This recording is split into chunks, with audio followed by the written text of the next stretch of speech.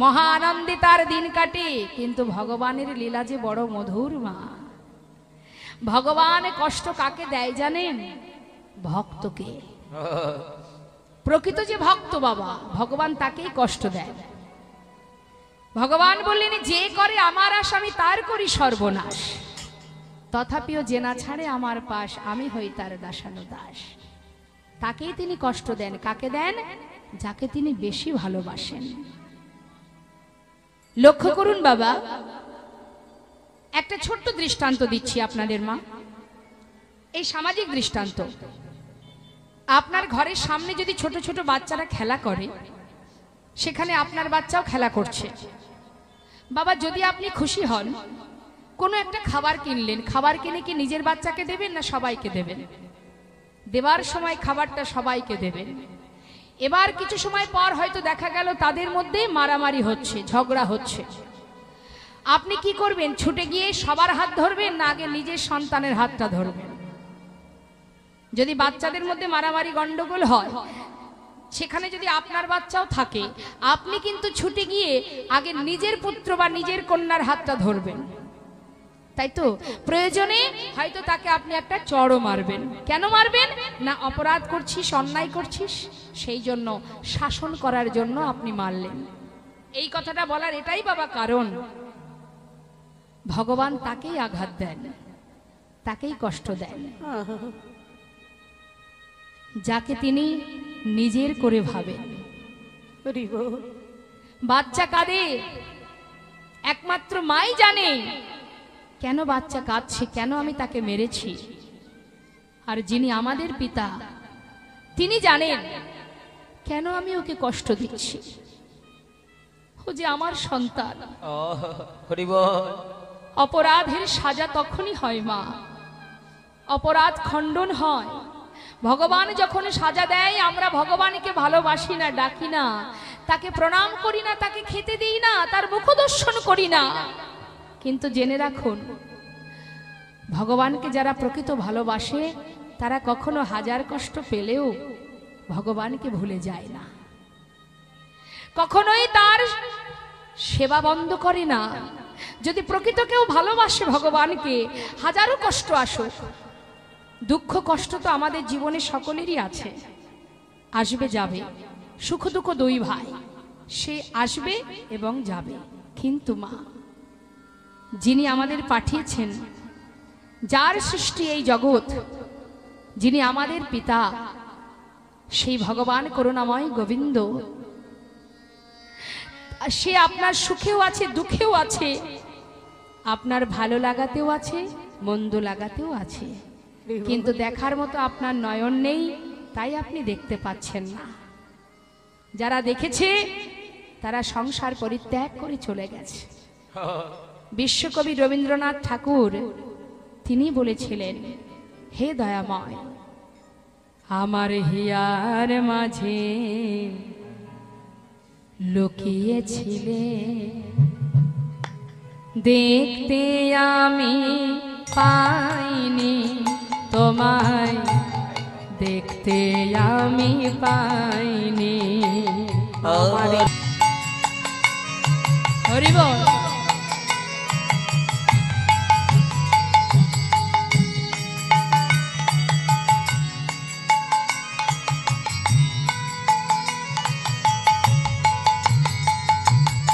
আমার সকল ভালোবাসা, সকল আঘাত, সকল আশায়, আমার সকল ভালোবাসা, সকল আঘাত, সকল আশায়। কবিগুরু রবীন্দ্রনাথ ঠাকুর তিনি বলছেন, হে দয়াময়, তুমি আমার ভালো মন্দ, আশা ভরসা নিরাশা সব কিছুতেই রয়েছ, শুধু আমি বোকা বলে তোমায় চিনতে পারিনি প্রভু। আমার সকল ভালোবাসা, সকল আঘাত, সকল আশা তুমি ছিলে, আমার কাছে তুমি ছিলে। আমি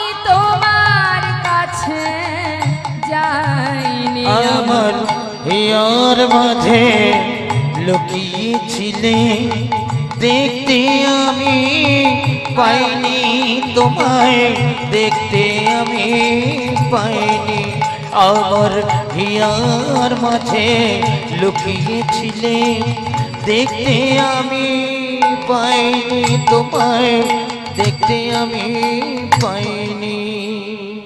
সুখে দুঃখে ভগবান সদা সর্বদাই আমাদের মাথার উপরে ছায়ার মতো আছে, শুধুমাত্র আমাদের দেখার নয়ন নেই, মায়ার জালে আবদ্ধ হয়েছে বলেই আমরা দেখতে পাচ্ছি না। যে জনে দেখেছে তাকে আর মায়া ধরে রাখতে পারেনি। তার প্রমাণ একটা দিই বাবা। ষড় গোস্বামীকে আমরা সবাই শুনেছি, জেনেছি। ষড় গোস্বামীকে সবাই জানেন তো? জয়রূপ সনাতন ভট্ট রঘুনাথ, শ্রীজীব গোপাল ভট্ট দাস রঘুনাথ। তা এই যে ষড় গোস্বামীর মধ্যে এক গোস্বামী যার নাম রঘুনাথ দাস গোস্বামী। এই রঘুনাথ দাস গোস্বামীর নিবাস যদি আপনি বর্ধমান থেকে নৈহাটি যান, যাওয়ার পথে মাঝখানে একটা স্টেশন পড়ে যার নাম হচ্ছে আদি সপ্তগ্রাম। তা মা, ওই আদি সপ্তগ্রামের গোবর্ধন দাসের একমাত্র পুত্র হলো এই রঘুনাথ দাস। দেখুন, এই যে ষড় গোস্বামী কেউ কিন্তু দিনহীন কাঙাল ছিল না বাবা, সবাই মস্ত বড় বড় জমিদার ছিল। কিন্তু কি এমন বুঝলো তারা যে ইহজগতের সুখ স্বাচ্ছন্দ্য ত্যাগ করে ছিন্ন বসন পরিধান করে বৃন্দাবনে গোবিন্দ চরণে পৌঁছালেন? তারই একটা প্রমাণ শুনুন মা। এখন গোবর্ধন দাসের যখন সন্তান এলো, মানে রঘুনাথ দাস, গোবর্ধন দাসের বড় আনন্দ। কেন? আমার ছেলে হয়েছে, আমার এই জমিদারি রক্ষা করার জন্য ভগবান একটা বংশধর, এক পুত্র পাঠিয়েছে। খুবই আনন্দে ছেলেকে মানুষ করছে। আমরাও করি, আপনারাও করেন। এখন সন্তান জন্ম হবার পর গোবর্ধন দাস বললেন, দেখো, স্ত্রীকে বলছে, শোনো, আমরা যেমন ভগবানকে ভালোবাসি, ভগবানের চরণে মতিগতি যদি করাতে হয় বাচ্চাকে, তাহলে সাধু সঙ্গ করাতে হবে, ভক্ত সঙ্গ করাতে হবে। ঘরে রাখলে কখনো কৃষ্ণ ভক্তি তৈরি হবে না। যত সময় ভক্তের চরণধুলি না মাগবে অঙ্গে, যত সময় ভক্তর সঙ্গ না পাবে, যত সময় ভাগবত কথা না শুনবে, তত সময় কিন্তু ভক্তি তৈরি হবে না। তাই আমি চাই প্রতিনিয়ত তুমি সন্তানকে নিয়ে, মানে রঘুনাথকে নিয়ে, এই রঘুনাথ দাসকে নিয়ে তুমি যেখানে ভাগবত কৃষ্ণ কথা হরি কথা হবে সেখানে নিয়ে যাবে। এখন প্রতিদিন ওই ছোট্ট শিশুকে নিয়ে গোবর্ধন দাসের স্ত্রী ওই বাচ্চাকে কোলে নিয়ে যেখানে সাধু সঙ্গ হয় নিয়ে যায়। আপনারা যেমন এসেছেন, ছোট ছোট বাচ্চাদের নিয়ে এসেছেন, সেই রকম। আগেই বলেছি মা, হেলায় বা শ্রদ্ধায় যেবা নাম লয়। আপনি যেভাবেই বাচ্চা যদি এখানে বসে কৃষ্ণ নাম শ্রবণ করে কিছু নাও বোঝে, তাতেও তার মঙ্গল। এখন ছোট্ট ছেলেটি ওই মায়ের কোলে বসে বসে প্রতিনিয়ত ওই ভাগবত কথা শ্রবণ করে, আর সমস্ত সাধুগুরু বৈষ্ণবরা তারা যা যা করে সেগুলো লক্ষ্য করে। কি করে না, কখনো কেউ কৃষ্ণ কৃষ্ণ বলে ধুলায় গড়াগড়ি দিচ্ছে, কেউ আবার কৃষ্ণ কৃষ্ণ বলে কাঁদছে। আর ছোট্ট ছেলেটি সে আর কিছু বুঝুক বা না বুঝুক, ওই যে সবাই কাঁদছে এই কান্নাটা সে দেখে। দেখতে দেখতে ছেলে বড় হচ্ছে। যখন দেখতে দেখতে বড় হচ্ছে, তার কিন্তু বুদ্ধির বিকাশ হচ্ছে, একটু একটু করে জ্ঞান অর্জন হচ্ছে। আর ছেলে যখন আরো বড় হলো, হঠাৎ সে একদিন মনে মনে চিন্তা করলেন যে যার কথা শ্রবণ করে সকলে কাঁদে, যার মহিমা আস্বাদন করে সকলে ধুলায় গড়াগড়ি দেয়, একে অপরকে জড়িয়ে ধরে আলিঙ্গন করে, কে এই ব্যক্তি? কেন এর কথা শ্রবণ করে সবাই কাঁদে? কেন এর কথা শ্রবণ করে পথের পাগল হয়ে যায়? কি আছে এর মাহাত্ম্য, যাকে কেউ দেখতে পায় না, শুধু শ্রবণ করে পথের পাগল হয়? এই যে তার মনের মধ্যে প্রশ্ন, যাকে দেখা যায় না তার কথা শুনে মানুষ কেন পাগল হয়? হরি বল। সঙ্গে সঙ্গে ছেলে আমার একটু একটু করতে করতে যখন পরিপূর্ণ যৌবন বয়স বাবা, সেই সময় ছেলে হয়ে গেল পথের পাগল। কেন? তার মনে বাসনা, যার মহিমা এত মধুর, যার রূপের কথা গুণের কথা এত মধুর, না জানি তার সাক্ষাৎ দর্শন আরো কত মধুর। তার মনের বাসনা সে সাক্ষাৎ দর্শন পাবে, এই ভেবে এবার পথে পথে ঘুরতে আরম্ভ করলেন। এমন সময় গোবর্ধন দাস তিনি কিন্তু চিন্তায় পড়ে গেলেন মা। কেন? যে ছেলেটাকে কৃষ্ণপদে মতিগতি করাবো ভেবেছিলাম, সে ছেলে তো দেখছি এখন পথে পথে পাগলের ন্যায় ঘুরে বেড়াচ্ছে। ছেলে যদি কৃষ্ণ কৃষ্ণ বলে পথে পথে ঘোরে, আমার জমিদারি তাহলে রক্ষা হবে কি করে? এই চিন্তা গোবর্ধন দাস তাড়াতাড়ি করে গ্রামের সম্মানীয় ব্যক্তিকে বাড়িতে ডেকে তাদের কাছে আলোচনায় বসলেন যে তোমরা আমাকে উপায় বলো, আমার ছেলেকে কৃষ্ণপদে মতিগতি করাতে গিয়ে সে যে পাগল হয়ে গেছে, কি করে আমি আমার সন্তানকে আমার কাছে বেঁধে রাখবো? সবাই মিলে সিদ্ধান্ত দিল যে দেখো, যে অবস্থা হয়েছে তোমার ছেলের, ওকে ধরে রাখার আর কোনো বিকল্প রাস্তা নেই, তবে শেষ চেষ্টা করতে পারো যদি তাকে তুমি বিবাহ দিয়ে দিতে পারো। নিতাই গৌর হরিব। অনেক সময় বিবাহ দিলে কি হয়, বিবাহ বন্ধনে আবদ্ধ হয়ে হয়তো তুমি ঘরে বেঁধে রাখতে পারবে। হরিব। বিলম্ব না করে গোবর্ধন দাস তাড়াতাড়ি করে সুকন্যার সন্ধান পেয়ে শুভ দিন দেখে বিবাহ দিলেন। নিতাই গৌর হরিব।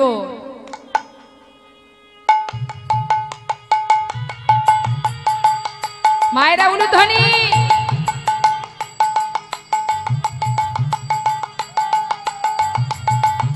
আহা,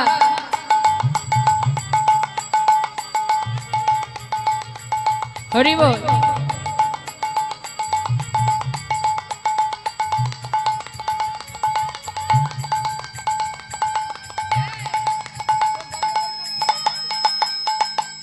হরি বল।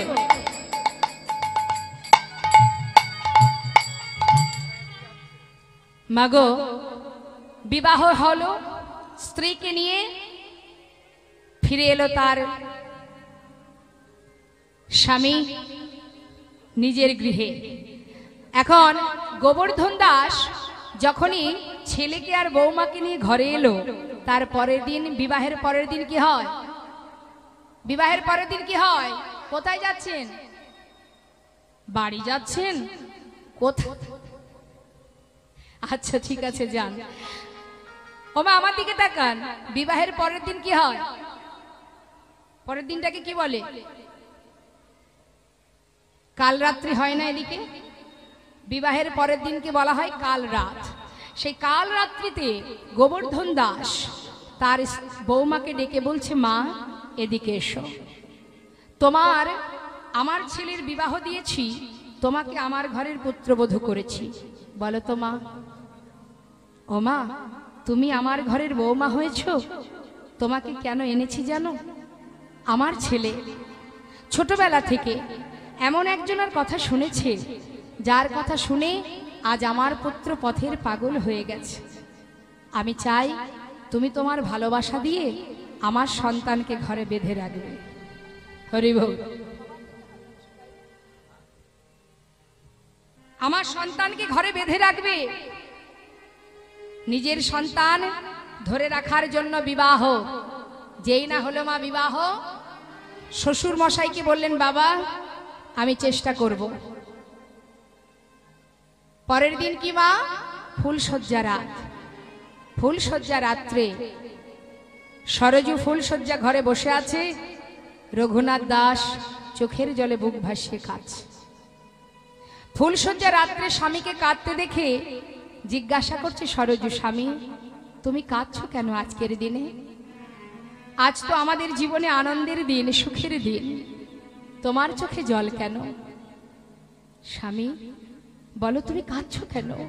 আমাকে কি তোমার পছন্দ নয়, নাকি এই বিবাহিতে তোমার কোনো মত ছিল না? রঘুনাথ দাস বললেন, শোনো সরজু, আমি কাঁদছি কেন জানো? তোমার কাছে দুটো প্রশ্ন করব, আমায় উত্তর দেবে? বলো স্বামী। আচ্ছা সরজু, বিবাহের পর তুমি এই ঘরে এসেছো, এই ঘরের তুমি কে হও? স্বামী এই ঘরের আমি কুলবধূ। আমার কে হও? আমি তোমার সহধর্মিনী। আচ্ছা সরজু, যে সহধর্মিনী হয় তার কি করণীয় হয়? স্বামী আমি তো জানি না, তবে আমি শুনেছি গুরুজনের মুখে যে সহধর্মিণী হয় তার কাজ হলো স্বামী যে পথে যেতে চায় সেই পথে সহায়তা করাই সহধর্মিণীর কাজ। রঘুনাথ দাস চোখের জলে বুক ভাসিয়ে কাঁদছে, হরি বল হরি বল। কাঁদছে আর বলছে, ঠিকই বলেছ, তবে শোনো সরজু, শিশুকাল থেকে যার কথা আমি শ্রবণ করেছি, এমন একটা মানুষের কথা আমি শ্রবণ করেছি যার রূপের কথা এত মধুর, গুণের কথা এত মধুর, শুধু আমার মনে বাসনা, যার কথা শুধু শ্রবণ করেছি তাকে আমি সাক্ষাৎ দর্শন পেতে চাই।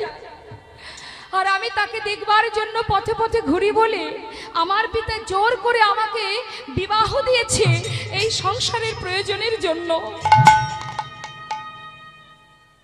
সরজু,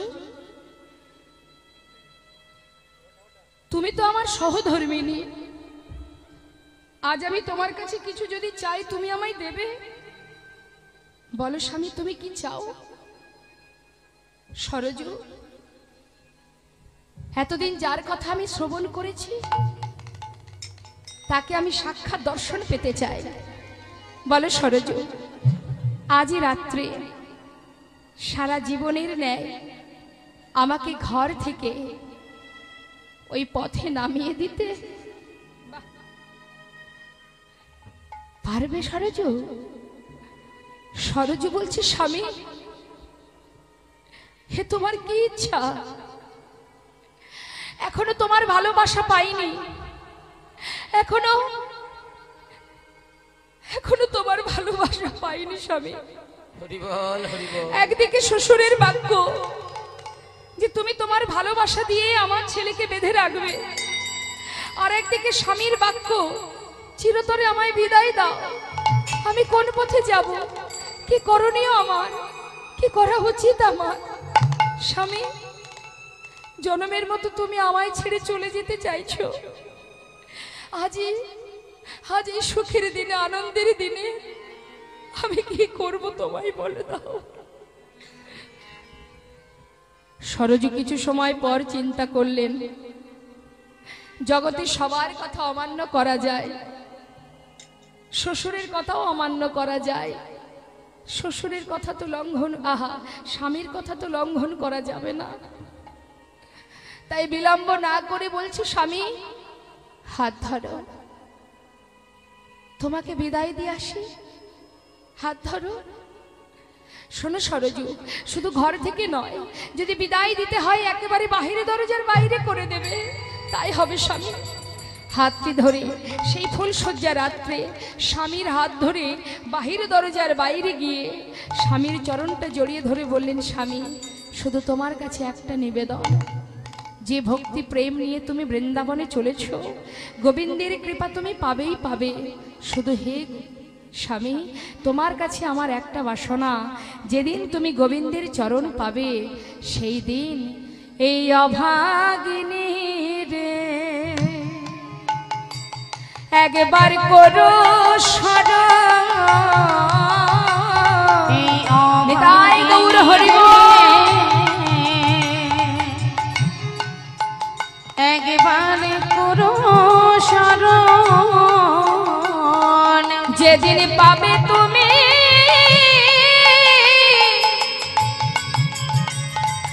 ওই গোবিন্দ চরণ, স্বামী তোমার চরণে এই নিবেদন।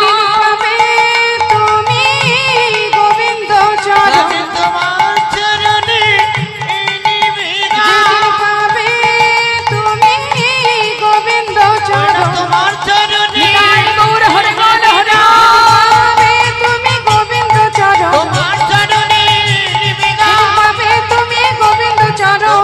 চরণে নিবেদন। সেই অভাগিনীকে করো স্মরণ। কোনো বাধাই তাকে ধরে রাখতে পারলো কি? জমিদারি সুখ স্বাচ্ছন্দ্য ত্যাগ করলো, নতুন করে বিবাহ দিল। নববধূর বদন দেখেও রঘুনাথ দাসকে কেউ আটকাতে পারলো না। সব ফেলে কৃষ্ণ প্রেমে পাগল হয়ে চিরতরে ঘর ছেড়ে বৃন্দাবনে চলে গেলেন।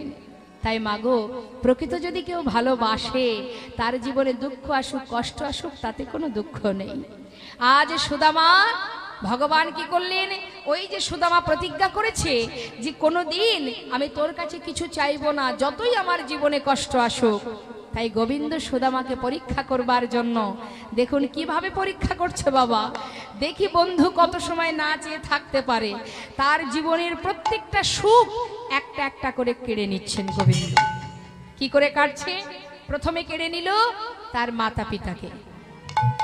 যেই না মাতা পিতা বিয়োগ হয়ে গেল, সংসারের মধ্যে বিবাহ হয়েছে, ছেলের সন্তান হয়েছে, সুদামা ওই যে পাঠশালায় ছোট ছোট বাচ্চাদের শিক্ষা দেয়, সেখান থেকে যা পায়, যে কড়ি পায়, তাতে সংসার চলে যায়।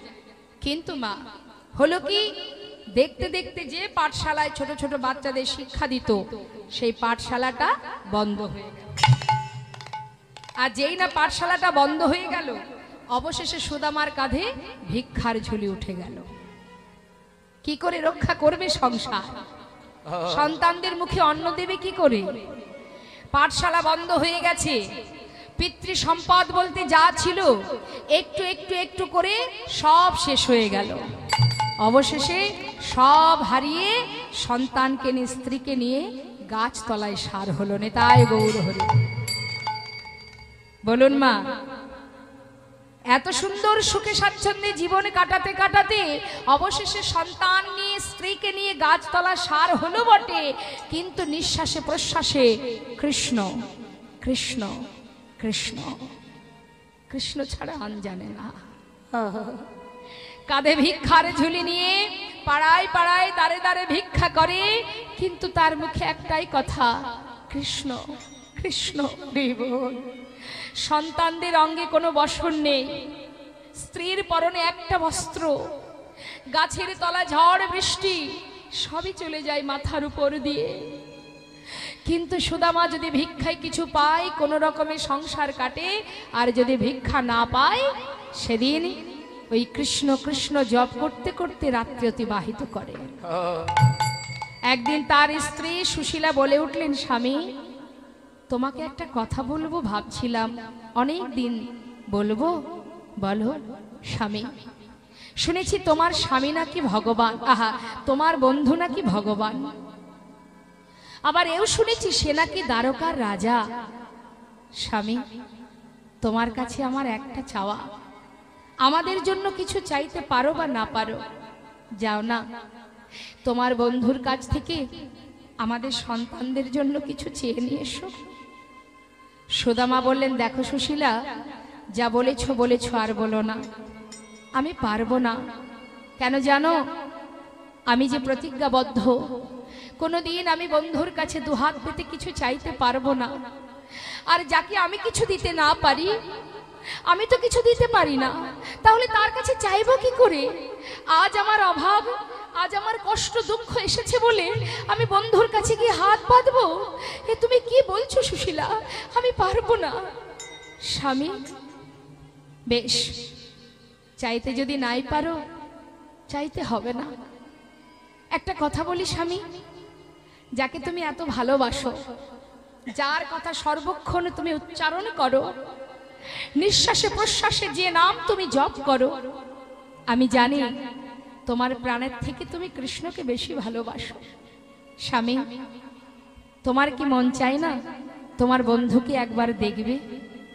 সুশীলা, আমার মন চায়, কিন্তু আমার যাবার ক্ষমতা কোথায় বলো? বন্ধুর কাছে যাব, সে যে রাজা, আমি যে দিনহীন কাঙাল, সে কি আর আমায় চিনতে পারবে? তাই তো যেতে পারি না। স্বামী ভুল বলছো তুমি, একবার যেই দেখো না, আমার বিশ্বাস তোমার বন্ধু নিশ্চয়ই তোমায় চিনতে পারবে।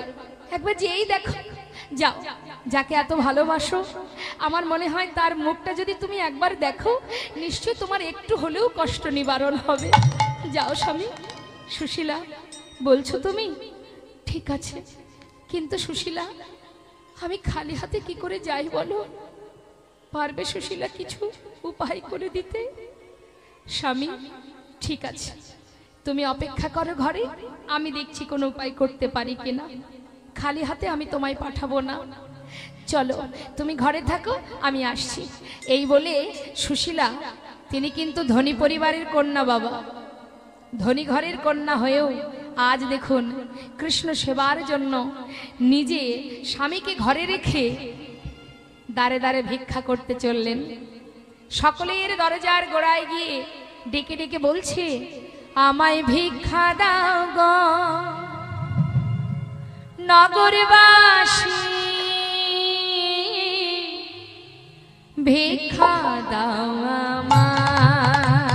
তোমরা ভিক্ষা দাও গো বসুন, আসবেন না এখন। নগরবাসী, ভিক্ষা দাও আমায় ভিক্ষা দাও গো নগরবাসী, ভিক্ষা দাও আমায় ভিক্ষা দাও গো নগরবাসী, ভিক্ষা দাও আমায়। যখনই কিনা কোনো একজন আর ঘরের দরজার সামনে দাঁড়িয়ে ভিক্ষা চেয়েছে মা, সঙ্গে সঙ্গে তারা মুখের উপরে দরজা বন্ধ করে দিয়ে বলে, না,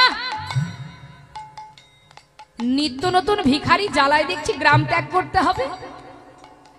আরে এ আবার কোথা থেকে উদয় হলো রে? হ্যাঁ, এ আবার কোথা থেকে উদয় হলো? একে তো আগে কখনো দেখিনি। এই এদিকে দেখ দেখ, এ আবার কোথা থেকে এলো? নতুন না, কোথা থেকে উদয় হয় নিত্য নতুন ভিখারি? এই যে শোনো, এ বাড়িতে হবে না, যাও যাও, অন্য বাড়িতে যাও। চলে গেল পাশের বাড়ি। সেখানে গিয়ে আবার বললেন, আমায় ভিক্ষা দাও গো নগরবাসী, ভিক্ষা দাও আমায়। তোমরা ভিক্ষা দাও গো নগরবাসী, ভিক্ষা দাও আরে আরে, ই আবার আমাদের পাড়ারই বউ না? সুদামার বউ? ও, নিজে মনে হয় ভিক্ষা করে কিছু পায় না, আজকে বউটাকে পথে নামিয়ে দিয়েছে। শোনো শোনো, যার স্বামী সত্যবাদী তার আবার ভিক্ষা করে খেতে হয় কেন? যাও যাও, আমরা অনেক কষ্ট করে রোজগার করি, আমরা ভিক্ষা করে খাই না। এ বাড়িতে ভিক্ষা হবে না, অন্য বাড়ি যাও।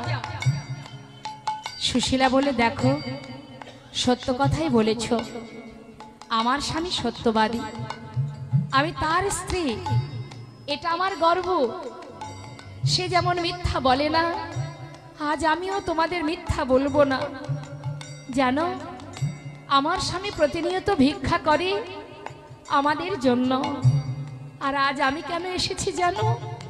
আজ তোমরা যেটুকু ভিক্ষা দেবে আমায়, এই ভিক্ষা আমরা খাবো না গো। শোনো, কি খাবে শুনে নাও। ওগো তোমাদের ভিক্ষার দ্রব্য পাবে সে মোরা,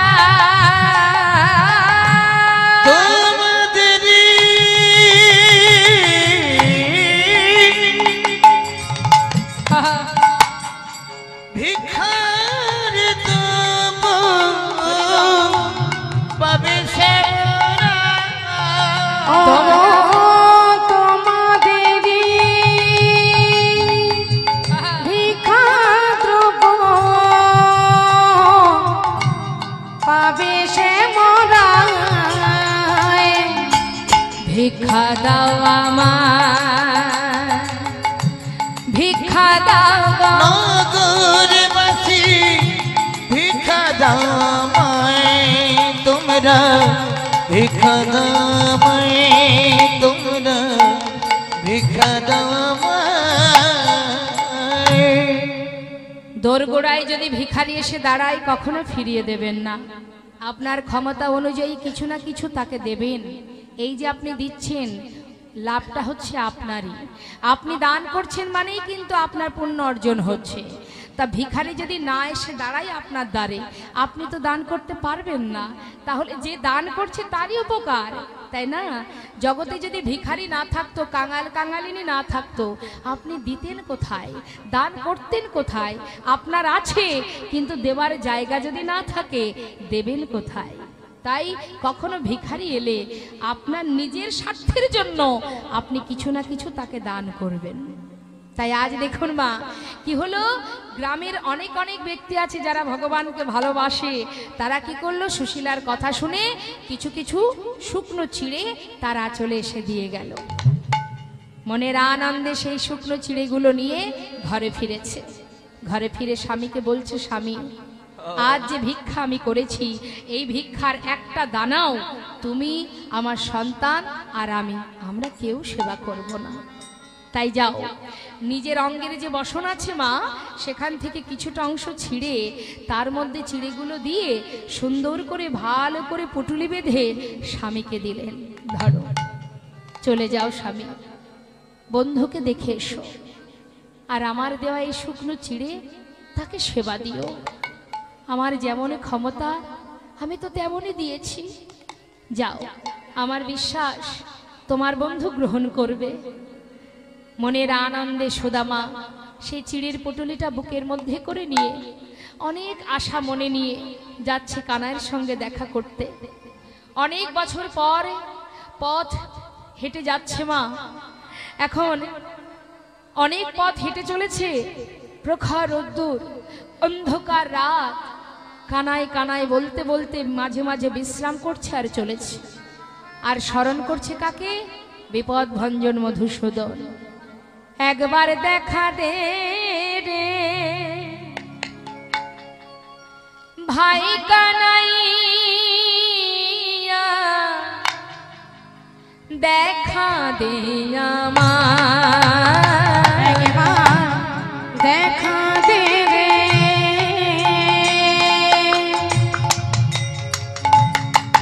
ভাই কানাইয়া,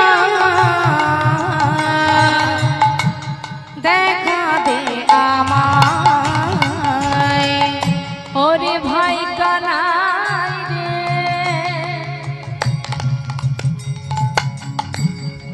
একবার দেখা দে। ওরে কানাই রে,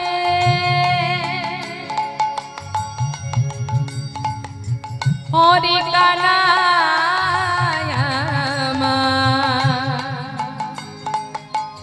ওরে প্রাণের ভাই কানাই আমার। একবার দেখা দে রে আমার ভাই কানাইয়া, দেখা দে আমায়। ওরে জীবনে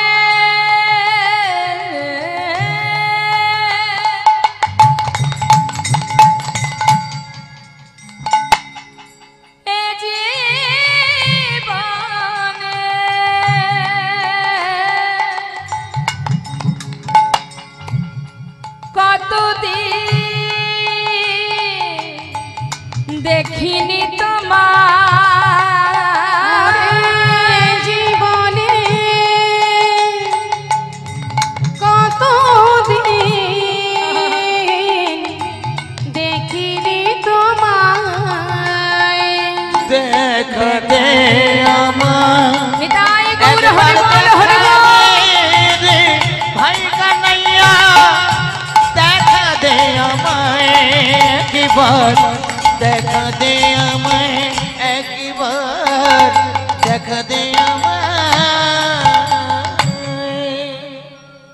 দেখতে দেখতে দ্বারকার মধ্যে প্রবেশ করে চারিদিকে তাকিয়ে তাকিয়ে দেখছে দেখছে বিশাল রাজপ্রাসাদ। সুদামা মনে মনে চিন্তা করছে, এত বড় রাজ্যের রাজা আমার বন্ধু, যে এত বড় রাজা, আমার মতো একজন কাঙালের কথা কি তার মনে আছে? কোথায় দ্বারকার রাজা আর কোথায় আমি দিনহীন কাঙাল? আমাকে কি চিনতে পারবে? আমাকে ভুলে যায়নি তো? যে রাজভোগ সেবা করে, যে এত সুখে থাকে, রাজহালে থাকে, তার জন্য শুকনো চিড়ে আমি কি করে তাকে খাওয়াবো? আমি দেব কি করে তাকে? না না, এ আমি দিতে পারবো না, আমি দেব না। লুকিয়ে রেখেছি, কাপড়ের মধ্যে লুকিয়ে রেখেছি। কি করে দেবে কানাইকে? যে রাজা ক্ষীর স্বর্ণনি মাখনে রাজভোগ সেবা করে, আমার শুকনো চিড়ে আমি তাকে দিতে পারবো না। মনের কষ্টে চিন্তা করছে, যদি আমায় চিনতে না পারে, কি করে যাই আমি সেখানে? আবার ভাবছে, না না, এসেছি যখন যাই একবার দেখে আসি, যদি একটি বারের জন্য হলেও আমার দিকে একটি বার আসে, একবার যেয়ে দেখি না। এক পা দু পা করে এক একজনকে ডেকে ডেকে বলছে, বলো না, এখানে এখানে কি কানাই আছে? কেউ চিনতে পারছে না, কানাই নামে কেউ তো জানে না মা। দেখতে দেখতে রাজপ্রাসাদের একেবারে সদর দরজার সামনে এসে দাঁড়িয়েছে। সেই রাজপ্রাসাদ দর্শন করছে, আর দ্বারে যে প্রহরীরা আছে তাদেরকে ডেকে বলছে, দ্বারপাল, এই দাঁড়ি, তোরা তো সর্বক্ষণ এখানে থাকিস, বলতে পারিস এখানে আমার কানাই আছে কিনা? द्वारपाल बोलছে, देखो इधर कोई कानाई वानाई नहीं है, ये जो राजा है ना उसका नाम है कृष्ण। तुम कहां से आए हो, तुम्हारा नाम क्या है? সুদামা বলছে, দেখ আমি চিনবি না, আমি বৃন্দাবন থেকে আসছি, তবে তোদের যে কৃষ্ণ, সেই আমার প্রিয় বন্ধু, আমার সখা, সেই আমার কানাই। হরে দাঁড়ি, আমাকে একটু ভিতরে যেতে দে না, আমি ভিতরে যাব, আমি ভিতরে যেতে চাই। দ্বারপাল মনে মনে, দাঁড়ি মনে মনে চিন্তা করছে, কোথা থেকে এক কাঙাল ভিখারি এসেছে, সে নাকি আমাদের রাজার বন্ধু। সবাই হাসছে মা, সবাই তিরস্কার করছে, ব্যঙ্গ করছে। আর সুদামা ওই দ্বারে দাঁড়িয়ে দাঁড়িয়ে এক দৃষ্টিতে তাকিয়ে আছে আর বলছে, ওরে দাঁড়ি, তোরা জানা একটিবার আমাদের বন্ধু, আমার কানাইকে গিয়ে বল আমি এসেছি, দাঁড়ি যা। সবাই হাসছে মৃদু মৃদু। পাশে দাঁড়িয়ে মহাজন বলছে, देखो देखो ए गरीबी का हाल, कृष्ण के द्वार पे विश्वासी लेके आया हूँ, बचपन के यार है मेरा शाम, यही सोच के आस करके आया हूँ।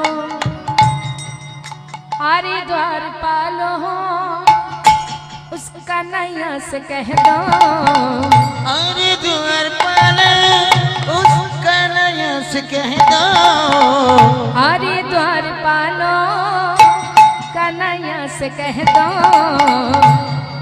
कि द्वार पे सुदामा करीब गया है, इधर पे सुदामा करीब गया है।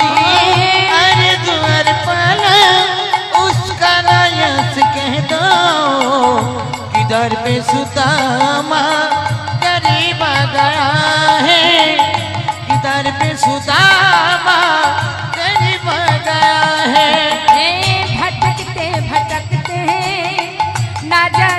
कहाँ से भटकते भटकते न जाने कहाँ से तुम्हारी महल में करीब आ गया है।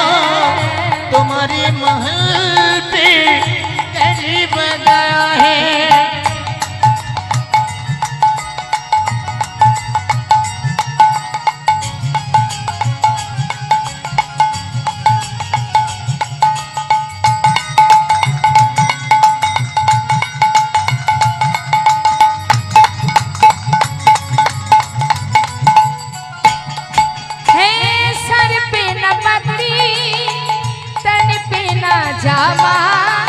बता दो कन्हैया को नाम है सुदामा। बता दो कन्हैया को नाम है सुदामा। सर पे न पगड़ी तन पे न जामा, बता दो कन्हैया को नाम है सुदामा। बता दो कन्हैया को नाम है सुदामा। एक बार जाके এই যে কি বলছি, একবার গিয়ে দেখে আয়, বলে আয়। না আছে মাথায় পাগড়ি, না আছে অঙ্গে জামা, এক কাঙাল ভিখারি বন্ধু এসে দাঁড়িয়ে, न सर पे है पगड़ी न तन पे है जामा, बता दो कन्हैया को नाम है सुदामा। सर पे न पगड़ी तन पे न जामा, बता दो कन्हैया को नाम है सुदामा। बता दो कन्हैया को नाम है सुदामा।